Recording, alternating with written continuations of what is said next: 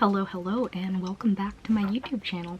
So I do know that I gained a couple more new subscribers, people who know me, so hi if you know me. If ever you're wondering, why is she whispering? Especially because I am a loud person. My parents are in the other room and they don't know I have a YouTube channel. So now you know. Anywho, I thought it would be really interesting to film this video. One of the big YouTube channels that I follow is called Jubilee, and I really like their content because a lot of their videos are people sharing their opinions. I really just love hearing people's thoughts, the things that they go through, why they feel the way that they feel, all that. And now recently I saw that Jubilee released a very interesting video. Do all Asian American women think the same? Asian American women. And so I thought it would be great to give my opinion on the things that they are going to be talking about, because I think one thing that I am still accepting, I do hold a different opinion from a lot of the people that I know. And this isn't to say my opinion is more superior, I just think that I choose to perceive the world differently. And so I'm actually really interested to see how I think compared to these other Asian women. Alright, so I paused the video and it looks like they're giving introductions, so I'm gonna introduce myself too. So hi, my name is Wilda. I was born and raised here in California, and though I did spend my childhood here from grade 5 up until college, I was in the Philippines. I went to UST for college, the Mashans, woo, and I graduated with a degree in behavioral science. Now, before shit hit the fan with the pandemic, I was working as a culinary guide in San Francisco, a lot of public speaking type of jobs, and when I wasn't doing that, I was working, and I'm still working, on building up my own business, a mythology-based card game. I think it's best if I give my opinion before hearing their opinions, that way I'm not like influenced. I am expected to be docile. Yeah, I'm gonna say I disagree, because when we look at the definition of being docile, and I think it's kind of supposed to be in a negative light, like people think you're easy to influence to do a certain thing, that you're very submissive. So I don't think so. I do think that people think that I'm great to work with because of the way that I carry myself, that I'm open to instruction, but am I overly submissive? Thinking about it, a prime example is when I was working in San Francisco, like me and my boss got along pretty well. When he would give me instructions, I would follow it, but there was a time where I guess it was just on my face that I was like upset about something, and I'm not sure if I was upset at him, or it might have been him because management was kind of but anyway, it was just like on my face. And it's interesting because I think if people perceive me as docile, like this wouldn't happen, which is he actually ended up approaching me later on during the day asking me, hey Wilda, are you okay? And to my surprise, he actually even apologized to me, really acknowledging that, hey, if I did say something wrong, I am sorry. And so I think this just supports me disagreeing with the statement, because I think if he thought that I was docile, he wouldn't really care. You know, he would not have felt this need to even apologize to me because I just take all the shit. So yeah, I will add though, I know I'm supposed to pick a side, but this is my video, so I will say that a part of me that does somewhat agree with this video is not that I've felt that I needed to be extremely submissive outside, like in the example I just shared, but I do feel like there was this family pressure to be that way. Because the thing is, I think a lot of the people who grew up here in America, we're taught, it's like a culture to embrace your individuality, to really hone in on who you are, to be the best you that you can be. And so I grew up like really diving into who I am as a person and wanting to be able to express that with confidence. And I think from my family from the Philippines, where it wasn't really part of the culture to like own your individuality. So I think today there is this expectation from family that when I am expressing who I really am, I come off as exaggerated. Sorry for that abrupt cut. The parents entered the room. Damn it, now they know. Anyway, so as I was saying, and I often today get criticized for it, like when I'm genuinely just expressing my thoughts, my excitement, because yeah, I guess in their generation, they were expected to be more submissive. And so for me to kind of be the opposite of that, I do kind of get this resistance from certain family members that I shouldn't be the way that I am. And yeah, sometimes it's tough because I feel like I am not that way, and me just being who I am will never be accepted. I want to be a tiger mom. So for this question, I would say I'm on the somewhat agree side.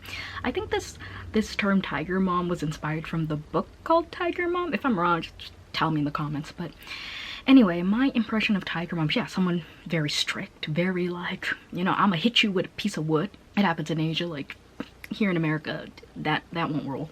But anyway, I think I would say somewhat agreed. And maybe I just got this from my mom because, well, she was definitely a tiger mom. I do think that in raising another little being, that there needs to be that side of, I am your mother and you are my kid. Like, we can be friends, but you know, at the end of the day, like, I am still your mom. I think there is a value and there is a place in making sure that that boundary is always there, because some families don't have that boundary, and I think that's how disrespect happens. Like, here in America, you bitch, and I hate my fucking mom. Oh, she's so...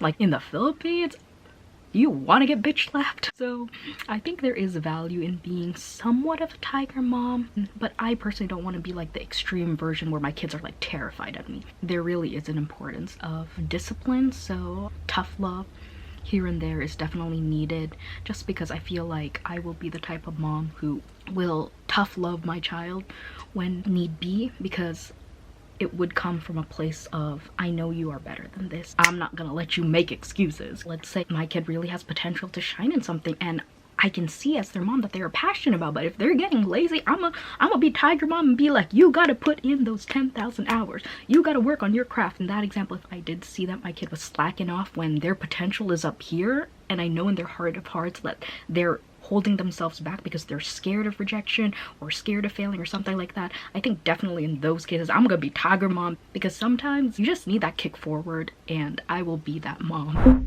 I have felt pressure to marry at a certain age. For me, this is gonna be a strongly disagree. I remember my mom being, like I said, a little bit of a tiger mom. She was like, you're not allowed to have a crush, when I was in elementary. So I personally have never felt that pressure to marry early. Add-on note, it's not like my mom never wanted me to get with somebody, but there never was that pressure to get married early, and it really has always been about putting my career first, and I've always been on that page anyway, so it's kind of worked out. My parents expect me to be their primary caregiver. So this question's kind of complicated, but if I have to pick a side, I'm gonna say somewhat agree. I think financially I was kind of expected to be that upon graduating, but I went a very different route, and actually it all worked out because we were able to communicate really well. And like I said, this whole story is kind of for another video about me kind of flattening that expectation, because like a big thing in the Philippines is the eldest, or the panganay, is now like the breadwinner of the family, and that's never really been my plan for my life, because again, I grew up here in America, wherein once you're 18 you leave the nest and you create your own life, you make your dreams come true for you. And so to be met with that idea, again, we resolved all of this, so it really isn't the case for me. And in conclusion, I do feel grateful that my parents were open-minded enough to understand the different mindset that comes in growing up in America when it comes to creating a life for yourself first. And also, I do want to add that my mom, she's an independent woman. She has made it very clear that I'm gonna be okay when I retire, so you guys are like on your own. Like, you don't need to care for me, I will be fine. Like, yes. I am comfortable talking about my mental and emotional health with my family members. Ooh, so for this question, strongly disagree. No, I do not feel comfortable really sharing my mental and emotional health to the family. I just feel, and while there is one side of me that wishes I could, and I guess sometimes, yeah, there were times where I did feel misunderstood, and I just don't think that they would understand the things that I go through. And I know some people are mad at this because, oh, these boomers don't understand mental health, but at the same time, there is a side of me that is kind of compassionate towards them, because I think to myself, okay, it's frustrating that they may never understand where I'm coming from, but again, they did come from a generation that didn't understand where they were coming from, so how can I expect them to give me something that they weren't even given themselves? But I do appreciate that there are times that they've kind of reached out to me, like, this makes me a little emotional, but like I remember, like just the other day, I was like crying on the bed, and accidentally my mom kind of walked in on that, and I do appreciate the gesture that later that evening after dinner she was like, she asked me, hey, why were you crying? Who'd I have to fight? So I did appreciate that, and while I could have shared to her, I just don't think she would understand, so I don't. But yeah. I feel at home in America. So another statement I have a instant answer to, I would say strongly agree. I love where I am. I feel very fortunate that I was born here in America, in California, especially when you just compare the lifestyle of living in a first world country versus the lifestyle and living in a third world country.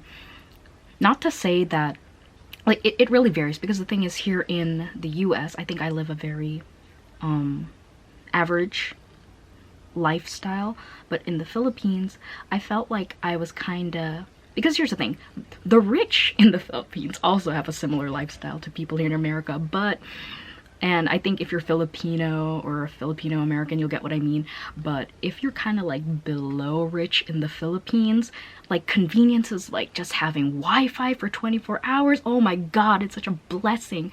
And you people in America don't know, we have like computer shops, you have to go out, it's so freaking hot, and like, versus here in America, like everything is here, everything that you could possibly need and want. Like there's so many things here in America that are taken for granted that would be such a luxury in, say, the Philippines. You really, I think after spending like half your life somewhere and half your life somewhere else, you do really learn to appreciate like where you came from. But even before I went to the Philippines, yeah, I've always, I know, I love America. I love that we're all about making that American dream come true. And this place definitely isn't perfect, but a strong belief in me is I am the master of my ship. So if there's any place that I have a higher rate of really making my dream happen, it's here, baby. So yeah, I do feel home in America. I'm so glad I was born here. Thank you, parents, for birthing me here. And I know that I'm really blessed, and yeah, America's my home.